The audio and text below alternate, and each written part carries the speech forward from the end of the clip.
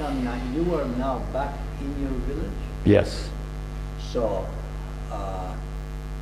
just you and your mother and your sister. The brother was not there? No, With no. the father?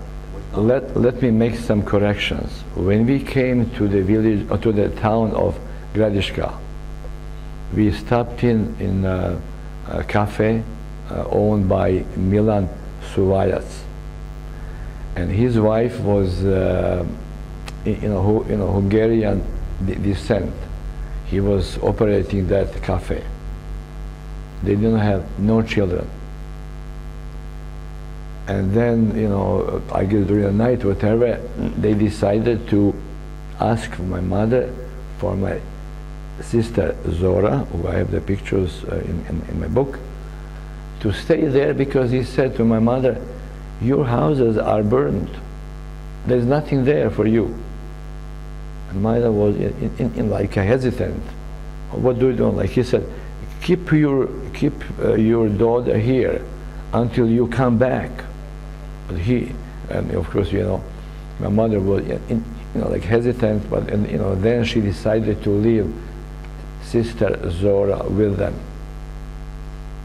And that's why she didn't go with us when we continue from the town of Gradiška. She was converted to a Catholic. I have a picture of her, like first communion, and she was going to school, but she also was playing on the river Sava.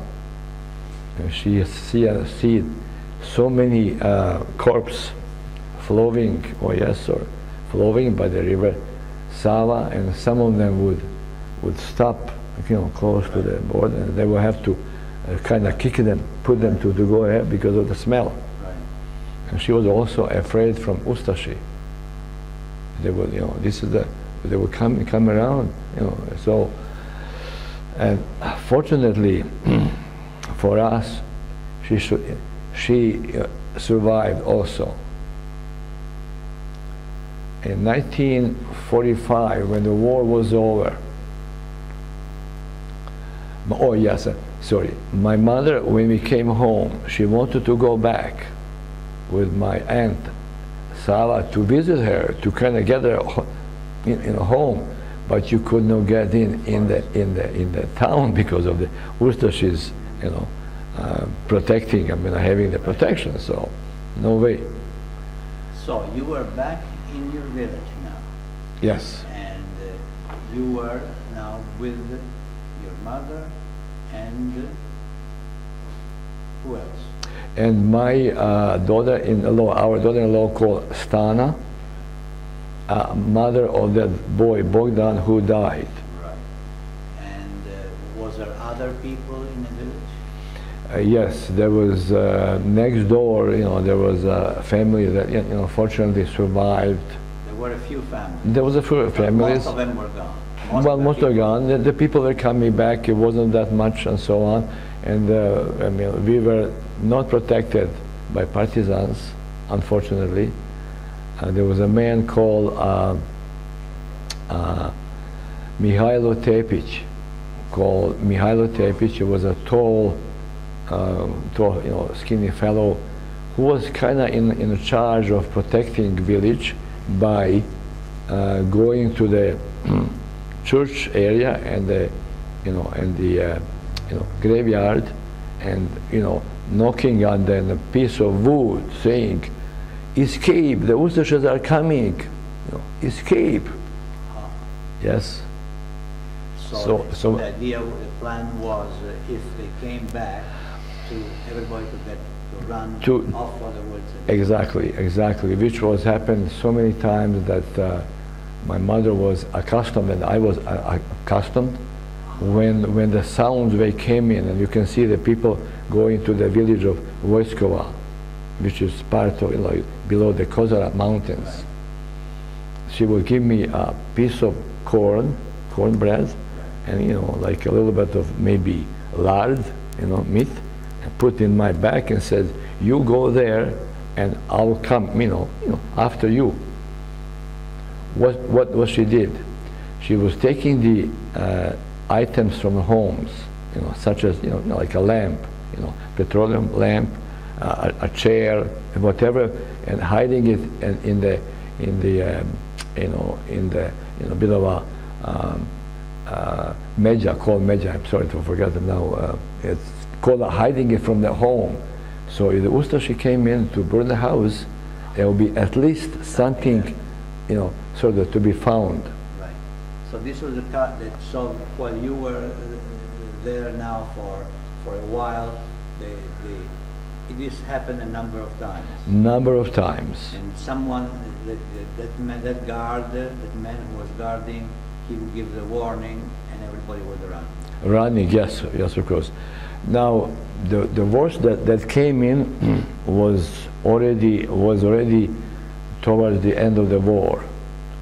I remember the boys from a village called Jugović. They were already coming to the house to kind of see what war damage was done to us, like how many horses we lost or how many cows, whatever it was. And one didn't have an arm.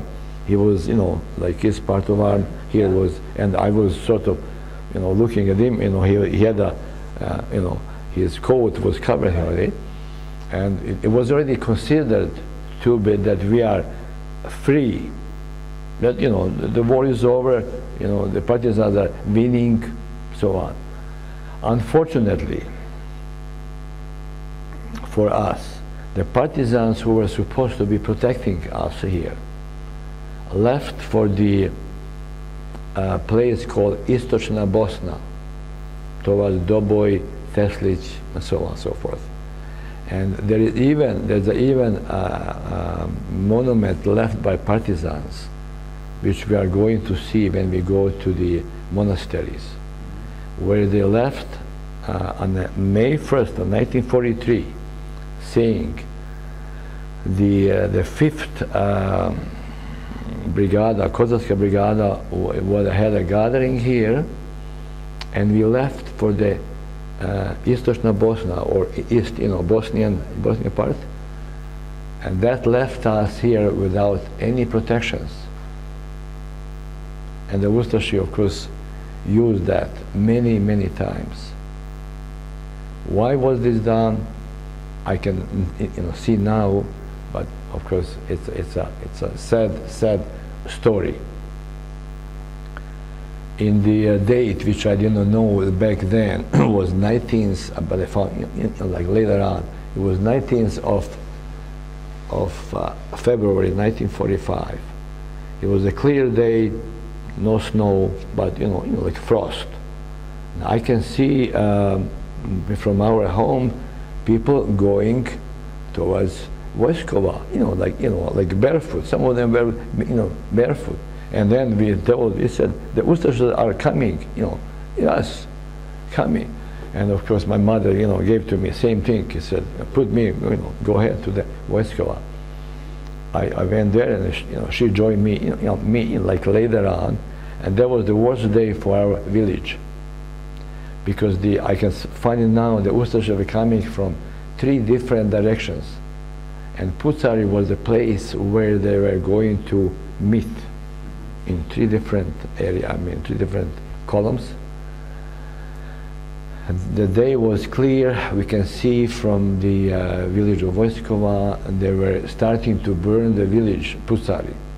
We can see our neighbors' houses being burned, so on and so forth. But again, fortunately, for the love, if I can use the word, our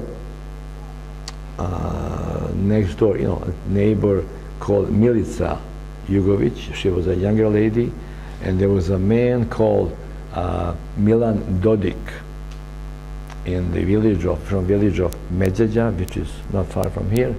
He was kind of looking after the, after the people here.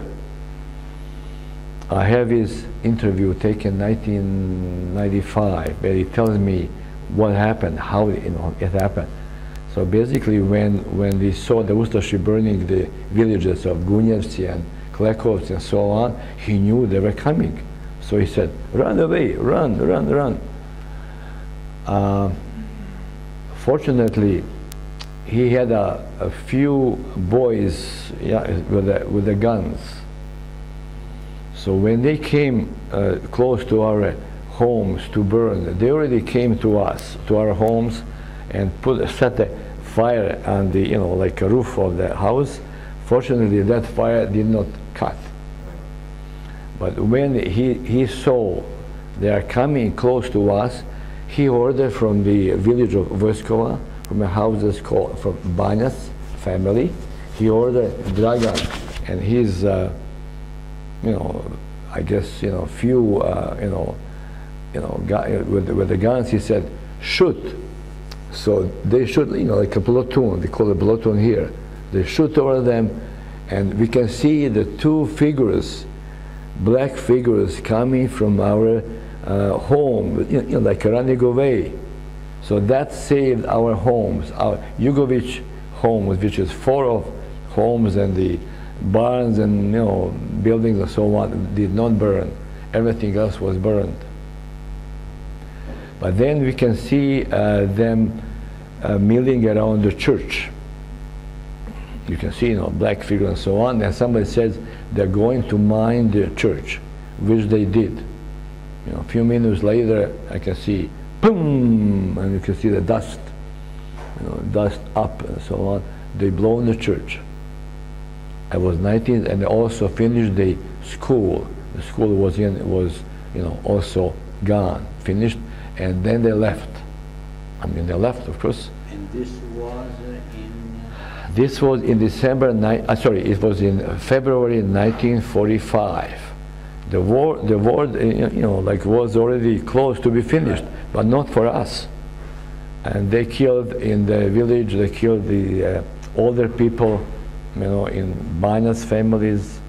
They cut, you know, like throats of them, some other things. But the worst thing happened in the village of Gunjevci. I don't have an exact figure, but they burned about 63 people inside the houses. Women, children, and of course, you know, women, children only. And also a village of Božići. It was not far, it is not from here. I have one example which kind of terrifies, you know, everybody. There was a family called Adžić. One of them was with me, like trade school. He was about 9 years old back in 1945, and his mother or their mother asked them. He said, "You go, you know, same as my mother did." They had a 2-year-old brother called Milan. Go, you know, sort of, I'm going to cut you up. It was a winter time, and the boys went to the warm house, maybe a kilometer away from their homes, and they fell asleep. And when the older brother called Milorad, heard the guns, he woke up. He jumped to the window. He had a coat on him which was not in a button here, and the Ustash saying, "Don't kill him. Let us cut him alive." Fortunately, he escaped to the,